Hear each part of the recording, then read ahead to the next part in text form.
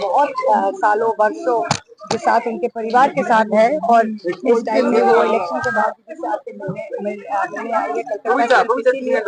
और हम बहुत खुश है कि आज वो सिर्फ दीदी से नहीं, हमारे अंदर जो लोग थे सबसे मिली और उनकी बैठक हुई। वहाँ पे मुझे बहुत अच्छा लगा, जो प्यार है, जो संबंध है, देख के बहुत ही अच्छा लगा। বলছি আজকে জয়ন্ত বন্দ্যোপাধ্যায় তারা জাতীয় নির্বাচন কমিশনে গেছিলেন আসল তৃণমূল বাংলা লাগবে জয়া বচ্চন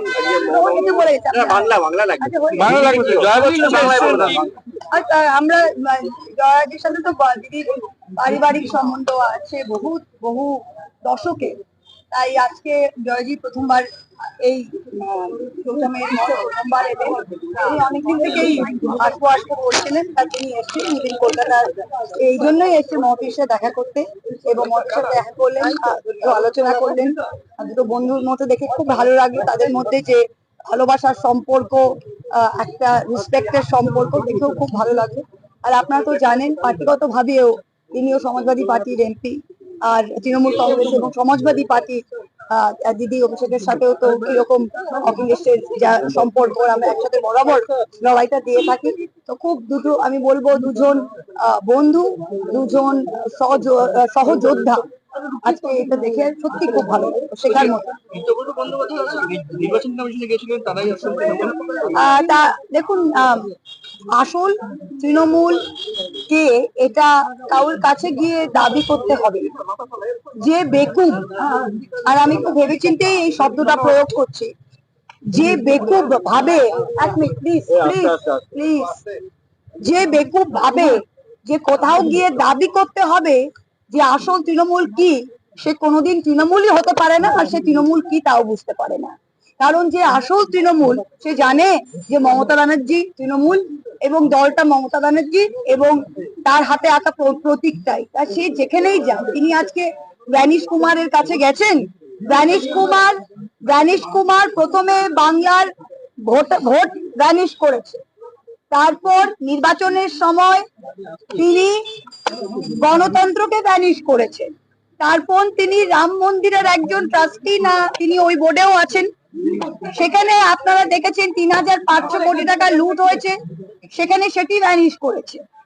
এখন তিনি ঋতব্রত তার কাছে গেছে যে কিভাবে তৃণমূলের সিম্বলটা ভ্যানিশ করতে হয়, তাই জন্য তিনি এটা বরাবরই এটার চেষ্টা, তিনি ভ্যানিশ মাস্টার। তাই একজন বেকুব একজন ভ্যানিশ মাস্টারের কাছে গেছে, এর বিরুদ্ধে বাংলার মানুষ দেখবে। আমি তো আবারই বলছি যে তৃণমূল কংগ্রেসকে যে কেউ দাবি করে যে সে আসল তৃণমূল, সে তৃণমূল কংগ্রেস কে বা তৃণমূল কংগ্রেসের মর্ম সে এখনো বোঝেনি। বহু বছর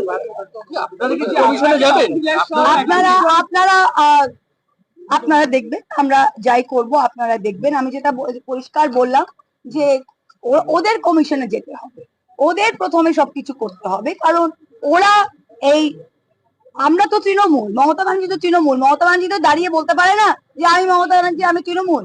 এই ইতিহাসটাকে তো মমতা ব্যানার্জি প্রকাশ্যে কাউকে বলতে হবে না, এটা তো বাংলার মানুষ, ভারতবর্ষের মানুষ, আমি বলবো পৃথিবীর মানুষ দেখে নিয়েছে।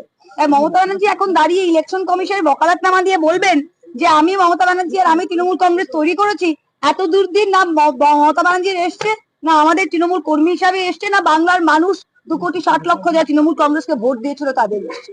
তাই এদেরই এখন অবস্থা, তাই এরাই এখন যাচ্ছে, এরাই এখন প্রথম পদক্ষেপ যা যা করার করছে। আমরা তো পরিষ্কার বলে দিয়েছি যে আমরা যারাই, আর আরেকটা জিনিস আপনারা যদি শুনলেন, আজকে তাদের একজন এমপি, গদ্দার এমপি কে জিজ্ঞেস করা হয়েছে, এমপি লবি আবার বলছে, গদ্দার লবি যেটা, গদ্দার লবি বলছে ভাই আমরা এনসিপিআই, ওরা কি আমরা জানি না, ব্যাপারটা বুঝলেন? এমপি জানে না, ওরা বলছে ওরা পার্টি। ওরা যদি পার্টি হয় তাহলে পার্টির এমপি তো তার এমপি থাকে, right or wrong? Right or wrong? তা এমপিরা বলছে আমরা এনসিপিআই, আমরা ন্যাশনালিস্ট পার্টি অফ ইন্ডিয়া, বা কি একটা সিটিজেন কি নাম জানি, আবার ডেফামেশন করবে, কি নাম, চোর না সিটিজেন, আমি কিছু শুনলাম না, সিটিজেন, ঠিক আছে, সিটিজেন পার্টি অফ ইন্ডিয়া, ঠিক আছে একটা। আর এরা বলছে যে না আমরা আসল তৃণমূল, আবার এমপিরা বলছে না আমরা আসল তৃণমূল, ওরা বলছে আমরা এনসিপিআই। এরা একবার প্রথমে বললো, এরা বললো যে না আমরা দিদির সাথে আছি, আমরা শুধু এলওপি করছি, এখন বলছে আমরা আসল তৃণমূল।